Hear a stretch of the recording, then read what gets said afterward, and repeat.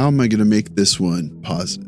Montreal Canadiens played the New York Rangers tonight. It was a difficult watch for Habs fans, but I'm going to try my best to make this palatable. It was David Savard's birthday after all, and at least it was a home game, so Savard didn't have to travel to New York on his birthday. Could you go across the street and get me a slice of pizza? No pizza, only kalash. Oh, shoo. All right. Give me one bowl. No bowl, stick. So let's just get right into it. Let's talk about it.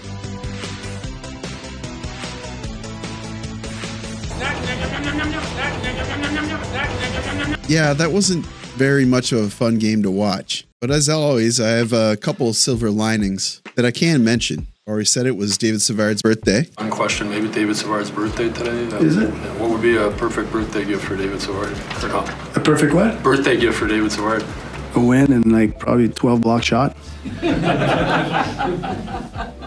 And even though the Montreal Canadiens lost 7-2, the 2 goals that were scored came from a source that felt very much needed. I'll recap the game, but I'm not going to recap it like I usually do since, well, let's admit it, it was a blowout, and just showing you a highlight reel of the New York Rangers scoring on the Montreal Canadiens is probably not the best content I could produce on my channel, since it is aimed pretty directly at Habs fans. So the game got off on the wrong foot right away. Within the first minute, Mika Zibanejad scores on a snapshot. And then only a little bit more than a minute later, Johnny Brodzinski puts one in. Still in the first, Riley Smith gets another for the Rangers. And then capitalizing on a Josh Anderson penalty, Philip Chytil puts one in. Montembeault is pulled, Cayden Primeau is put into net. But before the period ends, who steps up and leads by example? Suzuki qui fait dévier tout juste hors cible.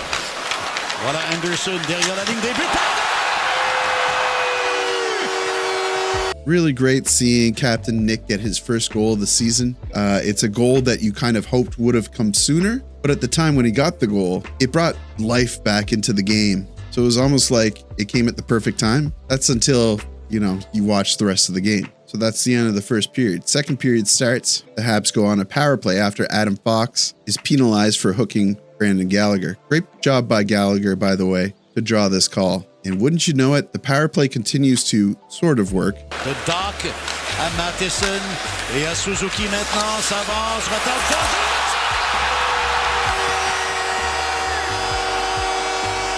He does it again. Nick Suzuki getting his second goal of the season and the second goal of the game. And then 3 minutes later, Brandon Schneider scores his second goal of the season, making it 5-2 Rags. And that's the end of the second period. Now moving into the third period, it's a little more of the same from New York. Philip Chytil scores his second goal of the night. And then at 16-19 into the third period, Capo Caco puts one in. So those are all 9 goals that were scored this game. Now before the Chytil goal, another remarkable event happened in the third period. Jacob Trouba went high on Justin Barron, causing him to leave the game, probably with CTE protocol. I haven't watched the post-game interviews, but he looked really shooken up. And when he was on the ice, it would look bad. It looked bad. A lot of people are calling this a dirty hit. I think I'll revert to what Martin St. Louis said recently about the hit on Tim Stützle by Arber Xhekaj. The game moves fast. Barron was not protecting himself. He had his head down very low.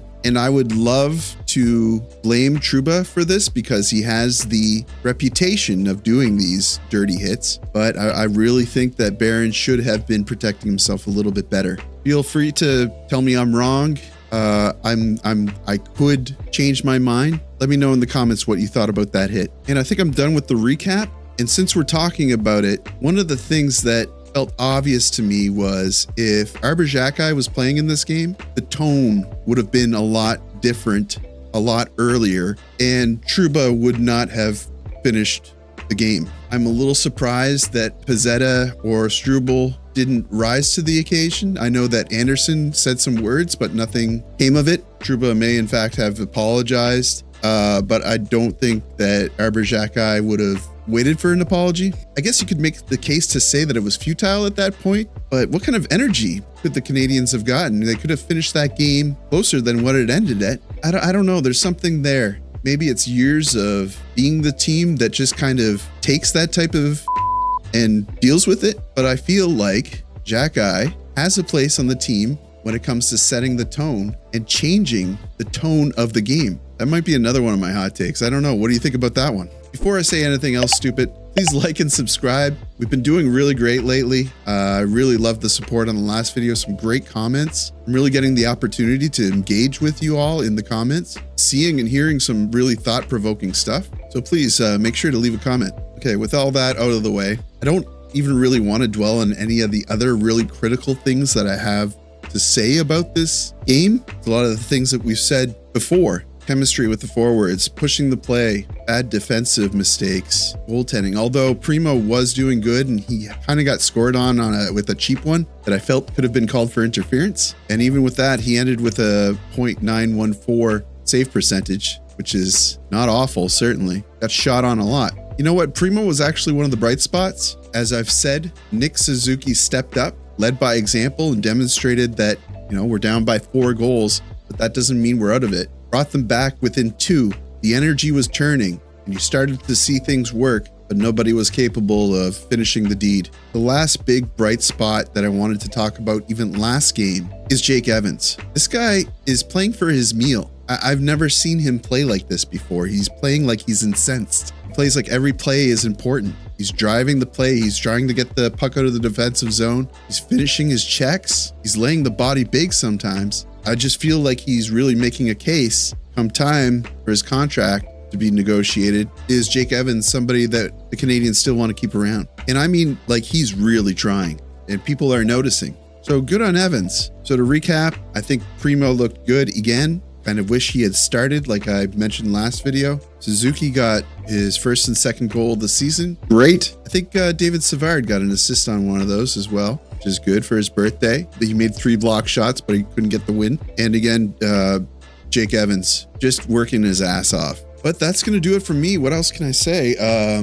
Hoping for a better game next game. This is not a typical game. I mean, we went into this one kind of knowing what we were going to get, right? The New York Rangers are a very strong team. Slavkovsky was out. Gooley was out. They weren't running the typical lines. Doc was playing on the first line. Evan was moved up to the second line center, which to his credit, he, again, pulled his weight, but couldn't make anything come to fruition offensively. And yeah, just another off night. Doesn't mean anything necessarily. I think we will continue to see changes. I think we will see Jack-Eye back in the lineup. I think that's going to make a lot of people happy. So yeah, again, thank you so much everyone for your support. Like the video, helps me out with search results. Subscribe if you're not already a whiskey fiend. And as always, I'll see you down below in the comments. Oh, wait. I forgot to mention. You see this over here and this? Which one of you was saying that I don't have any hockey memorabilia in the background? Look, I got some. Who's that? Who's that guy? Is that Vezina and Hart Trophy winner Jose Theodore? Oui. But seriously, I think I am going to try to redo my office and maybe improve the camera setup. I'd like the camera set up the way that it is. It's very flattering. Doesn't show my double chin or anything like that. But I think we can still do better. So stay tuned for that.